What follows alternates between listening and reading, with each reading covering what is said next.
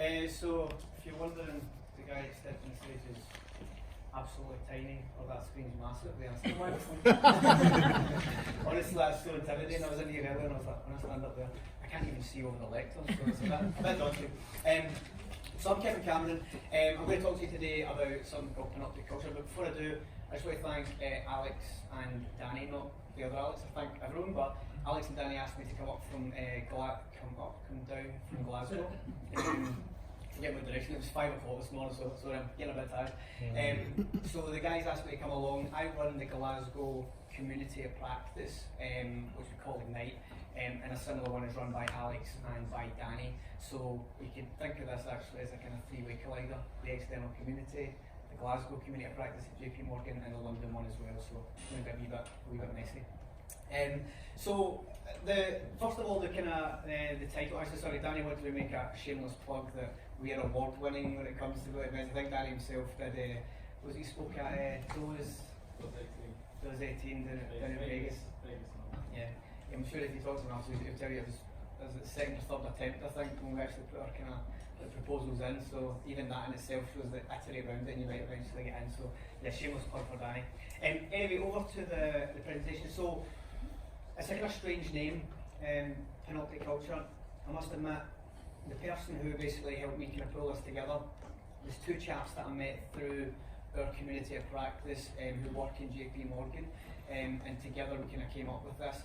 It's a Reveal.js app. Actually, I didn't realise until I came into this, it was quite a common thing in this meetup. How many people have actually have used Reveal.js before?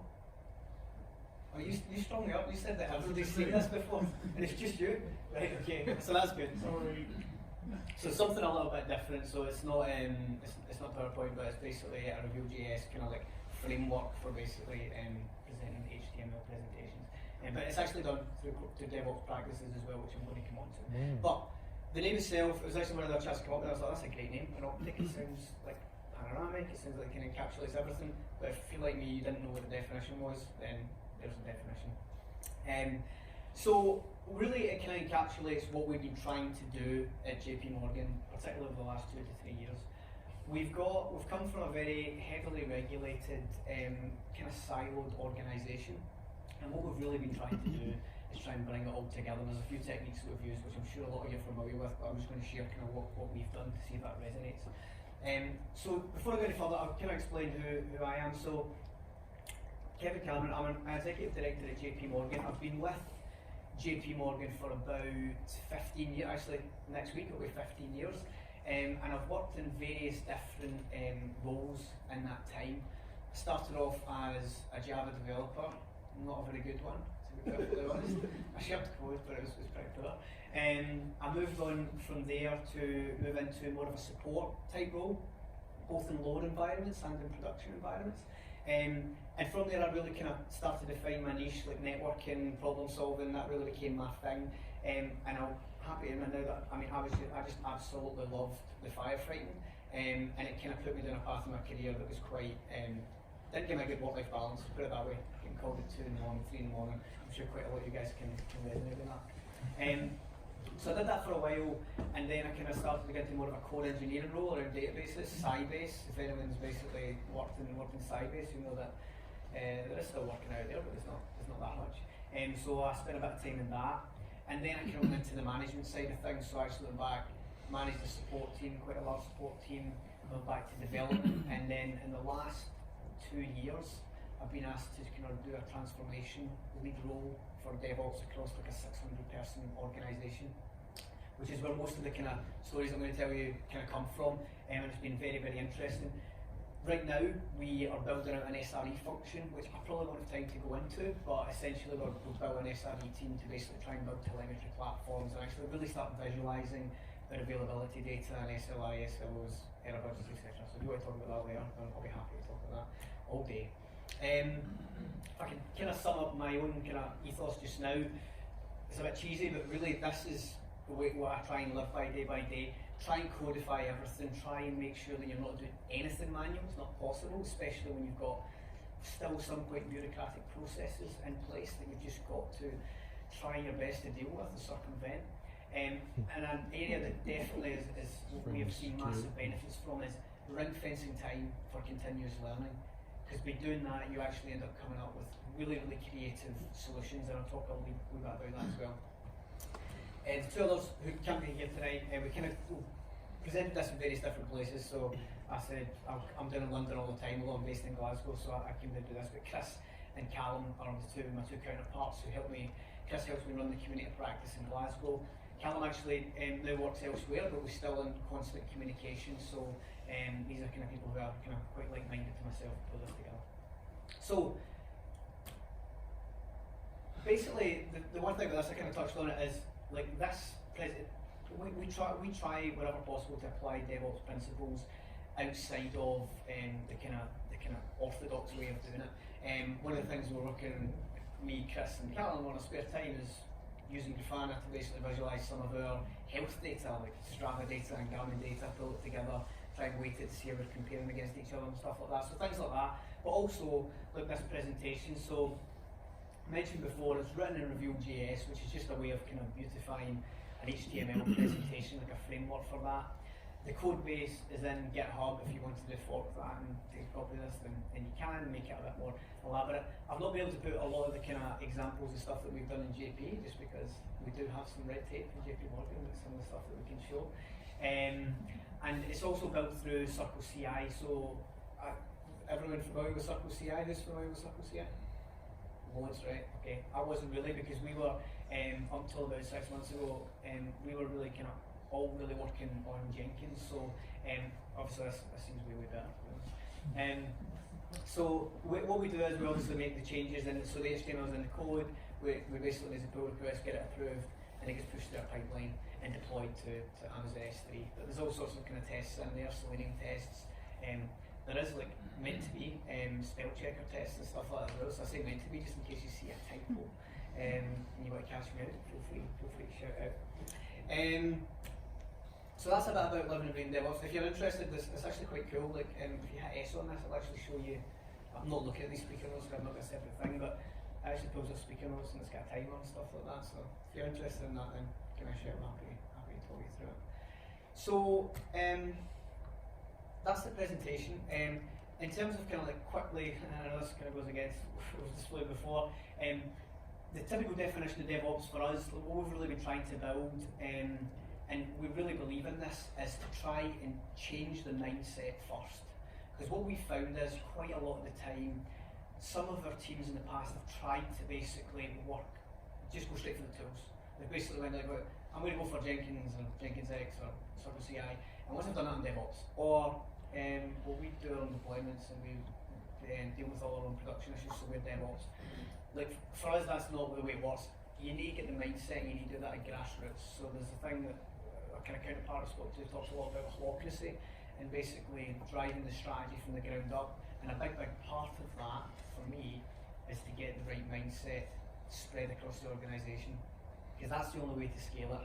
My job 18 months ago was to try and scale it across 400 people on the AD side, 200 in production management. So to do that, I can't just go and basically apply a whole bunch of tools, because people will circumvent those tools and basically do their own thing anyway. So starting with the mindset is key, and bring more mindset up.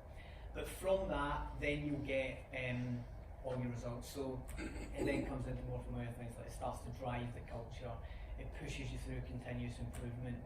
And if it's not just about the tools, just to re-emphasise this. So I'm sure people may not agree with this, but this is kind of the model that we've kind of went for. So that's kind of what it means to us. That's how we've basically tried to drive it. In terms of our journey, so as I've kind of said at the start, like my main driver really was that when I started looking at this, it all just appeared common sense. I was like, oh, actually that's right. Like, I mean, we should basically be automating whenever possible. We don't want to be getting called at 2 and 3 in the morning, but basically for me, selfishly, I wanted a better work-life balance. So actually driving my own work to move to more of a DevOps model was basically what I wanted to go. And one other thing that we did when I started trying to scale it out across the organisation was we actually ended up doing a kind of DevOps readiness grid, or like you could call it a maturity assessment. We found it very, very quickly that was flawed completely. So we changed our focus and we started looking at some metrics. And I was really glad to see the State of DevOps reports coming out last year, which ended up really tying in with what we've been going after for the last 12 months. So, has everybody read the State of DevOps reports from last year? I'd imagine most of this room have read it. Cool. So there's 4 things basically we really went after. First one was basically really easy for us to do. We basically started just shipping changes in small increments. So basically massively increased our deployment frequency. So we just made big quarterly releases. We were basically throwing like 200 Jira demands into it, and we went, no, let's just basically ship it in smaller increments. And automatically, that then basically fed into a lower change failure rate, which was 2 of the metrics that basically came out of the State of DevOps report. A couple of other ones that we really then went big on was our lead time to market. So from the inception of an idea to getting that out to production and beyond maintenance, we actually looked at that. I'll talk about how we did that in a wee second, but that's massively trended in the right direction, and we're going to continue that. And the final one, which to be honest I think we've got a bit of work to do, is MTTR, like our mean time to recover. When we have an incident, how quickly can we actually recover from that? And I think we do a really good job of that, but I think we do it the wrong way. I think we do it through human heroics, and that's the thing that we basically need to get away from. So that's probably the area that we really need to focus on, and that comes back to mindset, because a lot of the people who are doing that think that that's moving their career in the right direction. It's actually holding back the whole organisation. So that's one area that we basically look at. So in terms of how we really get started, I guess that's the first bit of advice I give.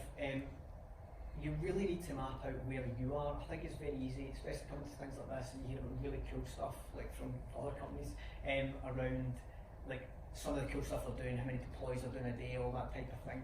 If you don't map out where you are, then basically you're going to get very, very frustrated very, very quickly. Because immediately, oh, that's cool, we're going to go continuous deployment, we're going to go from a quarterly release cycle to deploying multiple times a day. Didn't happen, right?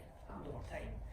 So one thing that we found really, really useful is to basically have an honest view of the end-to-end flow. So I'm sure loads of you guys have read Phoenix Project and we know about value stream maps and things like that, but that's what we did. So a lot of people know about value stream maps, but don't actually implement it. So I can't show you yours, but it's very, very convoluted. So an example, a really, really basic one, I'm just going to pull down there. But essentially what you really want to measure is the handoffs. And that was the huge thing for us. We were at the time quite a siloed organisation, all with quite obviously important tasks to do, but it never joined up. What we found was, when we did all of this, we were like, wow, this is ridiculous, it's taking us weeks to get things out. And when we spoke to the teams, they actually thought, yeah, we're efficient. We ship these changes and basically we get through it, but we just sit and wait. So that's what we found is, there's 2 big eye-openers. One, it was the handoffs and the wait time. And the more we could basically collaborate and pull those groups together, which is difficult because they're in different organisations, but we find ways, right? We basically create virtual teams. You move to more agile, I mean, basic, right? But you move to more agile principles and you basically start having virtual teams and your stand-ups, your ceremonies, all that type of thing. So that was the first thing. And then the second thing was, what we really found was, when we did our first bit of analysis, we found there were certain things that looked as if they weren't really that much of a problem in isolation, but then when you actually started accumulating them up, what you realised was that when you're doing them thousands and thousands of times, it really made sense. So one of them was our automating our change records. It was a big thing for a company like JP Morgan. You need to make sure you're fully auditable and regulated, so you need to have those change records. We could raise them quickly, but it was manual. So we just automated it. Did it from JSON config, pushed it out, and that was it done. We got a massive improvement. We then were able to spend time, and the goal obviously is to spend as much time as possible in the kind of analysis and development side of the SDLC and automate as much of the rest of it as possible. So that's what we've kind of been aiming for, and we've made quite good strides towards that.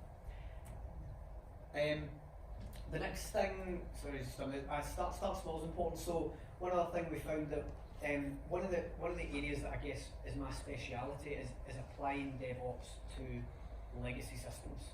So I started with the hardest. I went, well, most of our developers are working on a legacy system. I want to go for that. But it's very easy to basically do it with a new. It's very easy. An application that's born DevOps, you just do it all right from the start. It's got accumulated technical debt over 15 to 20 years. So I went big on the biggest applications that were legacy monolith applications. And what I found was, we got things moving a lot quicker by doing one thing, by starting really small and basically just going for small wins. and massively celebrating those and socialising them. And that had a huge change. It goes back to mindset. With people on the ground going, actually, this is helping me day to day. This is something that's like a big, big improvement, even though it's such a small thing. So, but the second bit of advice I give, start small, start with something, celebrate it, iterate around it, build that kind of collaborative kind of setup, and then basically iterate from there. So that's one thing I suggest to do once you've mapped where the actual starting point is. Other thing I say, there's multiple paths and tools that you can go down. Don't be afraid to change direction.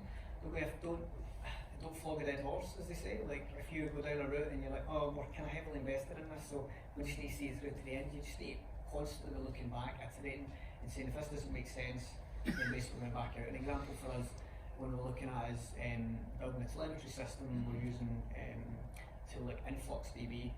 Well, it's great, and just because some of the people on the team got really familiar with it, that we're really holding on to it. And then we looked at it, there's other tools that actually probably for our use case look better, like Prometheus and things like that. So I can't show you any of that sort of stuff, but it makes the point, right, that if you go down a path that's a dead end and you back out of it, that's not a waste of time. If you've learned something from it and you can use that to make a success in the future, then it's worth doing. And then of course there's multiple tools. I think Matt showed quite a lot earlier on, some of the ones up there that we've kind of been dabbling with as well. So the other thing is, I mean, it's fairly obvious probably to you guys, but one of the big questions we get, and this is when you maybe go up further management chain, you ask this question, we DevOps yet? When that sort of question has been asked, and of course, you're never done. Is the point. You're never done. As soon as you think you're done, you take your foot off the gas.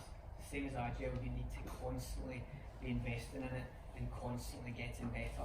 So don't think for a minute that if you've done it and you've basically finished it. That's why these transformation programs for me that basically get you moving to a DevOps model are the starting point, but not the end point. It's not a program, it's basically an end time.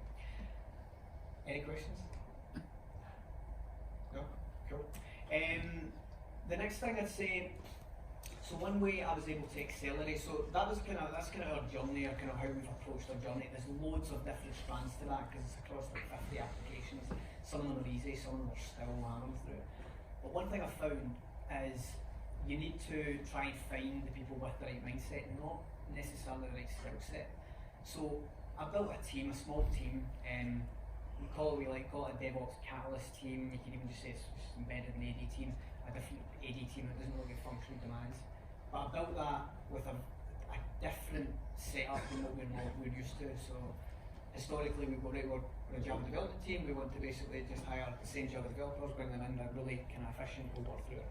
So what I did was I built a team of 6 people, 2 senior software engineers who basically had not only a wealth of experience, but had basically been at the sharp end of having to deal with production incidents overnight. Really important that they had that, because that would be their motivation to not do that too often. I then went out and took, over the 15 years I'm working, the 2 best people who I'd worked with on the operations side, but people that I knew would basically have an engineering mindset, but they just never get a chance to show it. And I converted them, took time, over 18 months to basically convert them into developers who are sharing code. But when I go now, like they're the best developers on my team because they get the full gambit, they get everything, they understand what it's supposed to look like. So I find that it's really important because the 2 then bring 2 different mindsets. And then the third, which is maybe a bit niche because of what we're doing, are system admins. So a lot of the stuff we do is trying to go down the containerization route, to treat infrastructure as code, Ansible, Puppet, Chef, that type of thing. So I've found that bringing a couple of sysadmins into the team are basically a good way of evolving and basically getting different approaches. What's my time? Probably go through this. I think one important thing is you need to also challenge if you're in the same position as me. You've been here like 15 years. I've got habits that I've built up over the years that I just didn't even realise. So you need to start challenging yourself before you start challenging others. And that's something that I kind of took a bit of time to get my head around, because I was like, this is the way it just has to be. I mean, basically you've got to convince yourself otherwise. And learn to challenge others thinking. So this is one I'm sure you guys have implemented, but blame-free postmortems and things like that are great. But really, if you want to get to really understanding and trying to change other people's mind, you need to empathise with them. You really need to put yourself in their shoes. If the typical model of someone from AD trying to throw code into production, and then someone basically from operations blocking it, then basically you need to understand why they're doing that. They're doing it for a good reason, but basically there's maybe a middle ground to be met. Am I getting time checked? Yeah. Another thing that basically helps kind of like keep the momentum going is to continually keep learning. So the reason I mention this is one of the things that I built a roadmap of how we wanted to evolve our DevOps practices, and the thing that ended up being our flagship product and the thing that moved things quicker was nothing to do with what I came up with. But what it did come from was following you guys have heard of the Google model of like 20% innovation and ring fencing that 20% for trying new things. Yeah. So we did that, and we didn't have to do it for long. We did it for like 2 months, and something came up, which was basically a bot that would go around and automate some of the, your issue tracking system, you've got your source control management system, scan systems. It would reconcile all that and automatically descope. You'd think some of that takes care of in a pipeline. Some of the systems we're looking at are legacy, so they don't have that yet. So this automated a lot of those mundane practices, but it also can help us from a controls perspective to make sure things were compliant and got descoped automatically.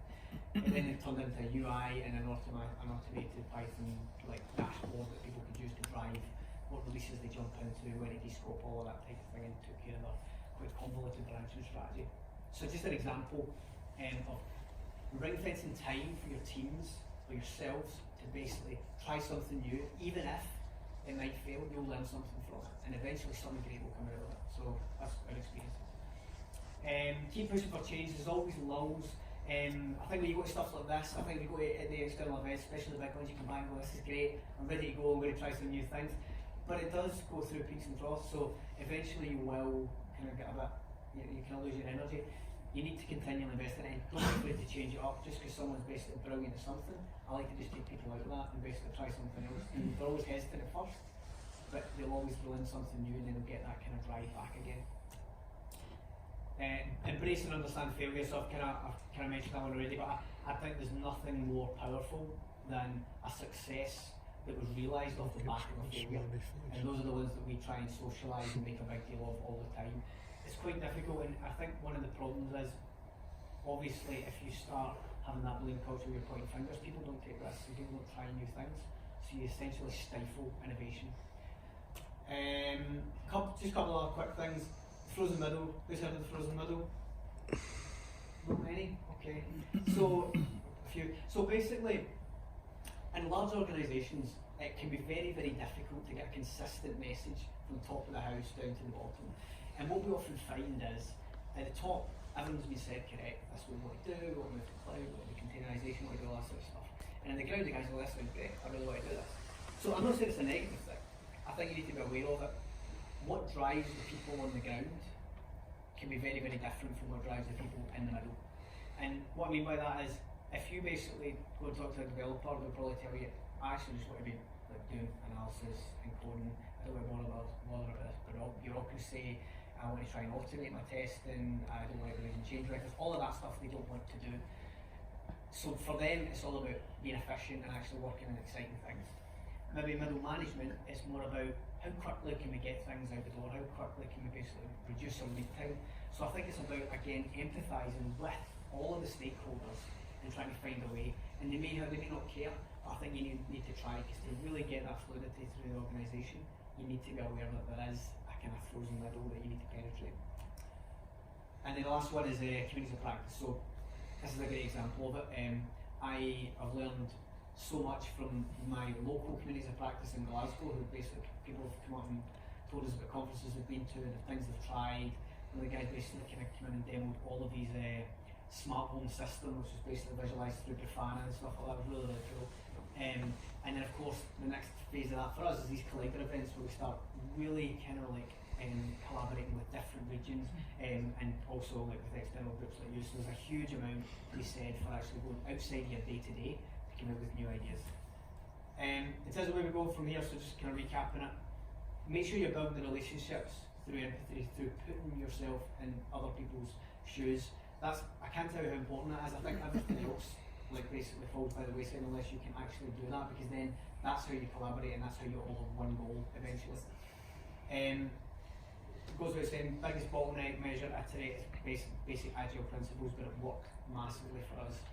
And then the final one, which I didn't really get a chance to get into, I'd love to show you, but so how we kind of move to a data-driven decision-making process whereby you use telemetry to basically help make those decisions and help you deal with production outages and things like that. So, I think I'm probably over time, but I'm happy to answer any questions that anyone's got on that. It's a bit more of the culture side, rather than kind of actually showing you stuff, but that's really what drove us to basically kind of really evolve over the last 2 to 3 years.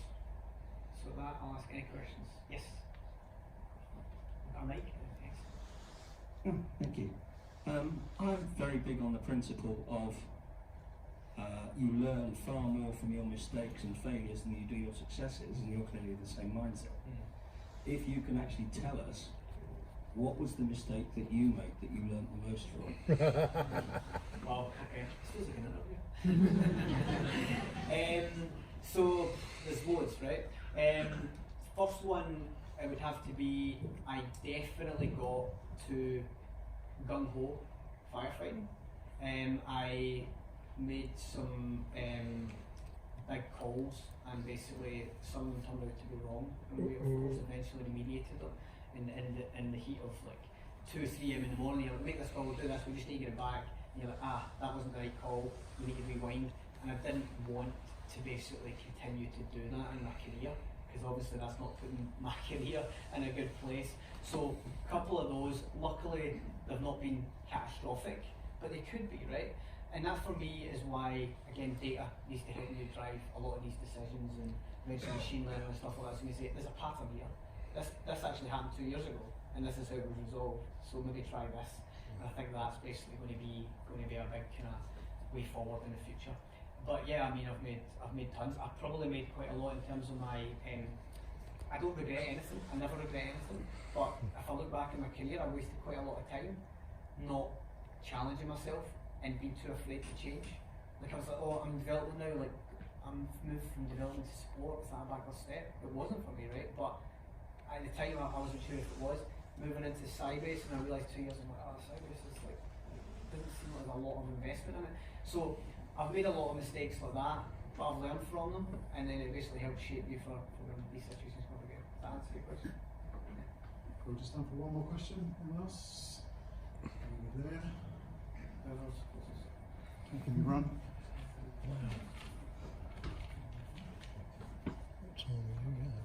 Great presentation, Kevin. I love what you're going to say.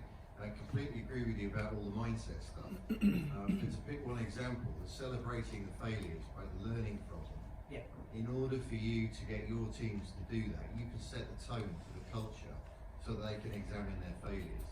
But for you to be able to do that, you need to have a management that also gets that you need to be examining your own failures. So how do you get the mindset shift in your teams if you don't have the mindset shift above you already? If you see what I mean? And is that a problem? Yeah, it is, to be honest, and I think that one way we do it is, so my team, small team, we actually hold all postmortems for incidents. So we actually kind of go through it, and I do my due diligence before it, we actually go through it. And to this day, I've not found one situation where we can't say, well, it's not really the developers, like say the developer's fault. Like we say, well, that should have been tested more. And you go, well, actually, we've not really invested in the right test framework in that area. Or it was maybe someone shoehorning them to basically get this change out quicker. So on paper, you could say, oh, that developer's been sloppy and they've pushed it through. But when you dig a bit deeper, you realise that actually they've been pushed into that, and it's the organisational construct that's actually the problem, as opposed to the individual. So I always shift any failure away from any individual. We fail together and we learn from it. And I've also found when you escalate that up the management chain, you don't really get any pushback. They go, no, we get it, but we want tangible stuff to make this better next time. My thing for my team always says, if you make a mistake, that's absolutely fine. Never make the same mistake twice. There's no excuse for that, right? And you could say, well, that's like finger pointing, but I tell them how they can do it. Now, it doesn't always happen, and there's always other reasons, but I think that's the way to do it. It's like a kind of like collaborative approach, even when we have an error. It doesn't ever go on an individual, and I think that's what I'd recommend. Makes sense? Excellent, good. Let's have a Big hand for Kevin. Thank you.